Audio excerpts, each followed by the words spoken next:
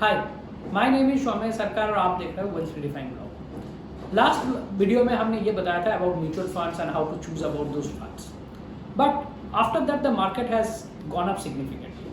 So a lot of people, lot of investors have questioned me that whether they should, what they should prefer. Should they prefer about the direct equity or should they prefer about the mutual fund? Now let me tell you what is the advantages and disadvantages of direct equity, and later on I will tell what is the advantages or disadvantages of the mutual funds.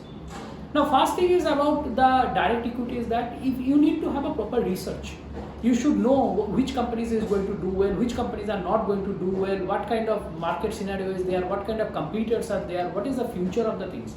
For example, if you see one of the great company is ITC, which is not doing well for last couple of years. So you should know which kind of equities you should put in, what kind of strength they have, what kind of weakness they have, and how they are going to do it. So if you have the complete research, but if you have the time to do the research as well as you can monitor the portfolio on a regular basis, you can go for direct equity.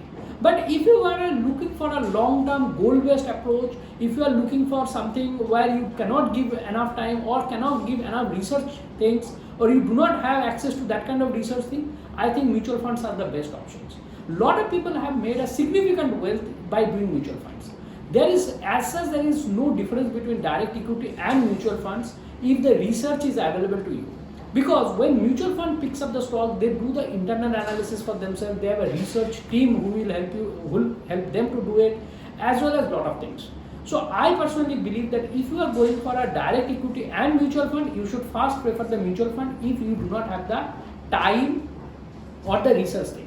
But if you are going for a momentarily into direct equity, like for example, market is going up, so people are buying equities, it might be a dangerous thing. Because once market starts coming down, which eventually will happen one of the other day, then probably they don't know when to exit.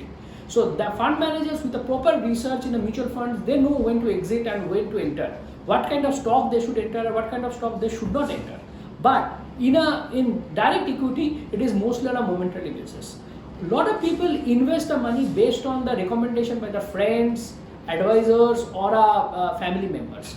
But they know when to enter, but they don't know when to exit. It's like a Abhimanyu entering into a Chakrabu. He knows how to enter the Chakrabu, but he doesn't know how to get out of that thing. So that's the reason when people make the loss, and then they blame the market, they blame the scenario and all those things.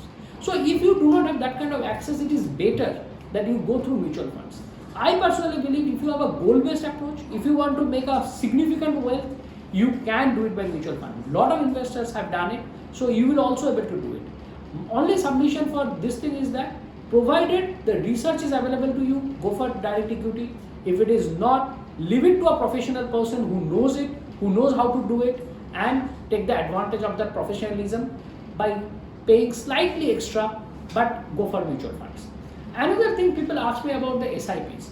I'm always been a great supporter of SIP, because if you see that COVID crisis all over the world, the global market have gone up when the businesses have almost shut down, come down, and all those things.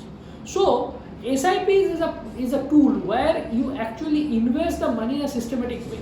Whether you are doing it in a mutual fund, whether you are doing it in a bank RD, or whether you are doing it in a stock, that's a different thing. These are systematic investment plan is basically a vehicle towards the investment. So when you are doing the SIP to the mutual fund, that means you are not trying to time the market. You are buying at every dips and ups of the market. So obviously what will happen is over the long period of time, you are averaging out. I personally believe if you are looking for a goal-based planning or something, you should go for SIP's way. That is the best way, because every month you are getting the salary, or every month you are getting the income, and you are investing that money systematically. In the longer run, you make a good return. You can do it with the stock also. Suppose if you buy 20 stocks of Reliance every month, you can do that thing also. But again, you have to understand whether you should buy Reliance or not, or you should buy X share or not, you should buy Y share or not. So to mitigate that risk, SIP is a great way of investing. I personally feel that you should invest through SIP in this time in mutual funds. That probably will help you to generate and grow your wealth multifold. बहुत सारे ऐसे queries आते हैं. Now we will come up with the regular videos where we will tell about all those things, and we will keep on answering your questions through video. Thank you for watching this thing. If you want to do it, if you want like the video, please like the video, subscribe the channel, and raise the questions whenever in the comment box or mail. We will always happy to answer those things. Thank you very much. Namaskar.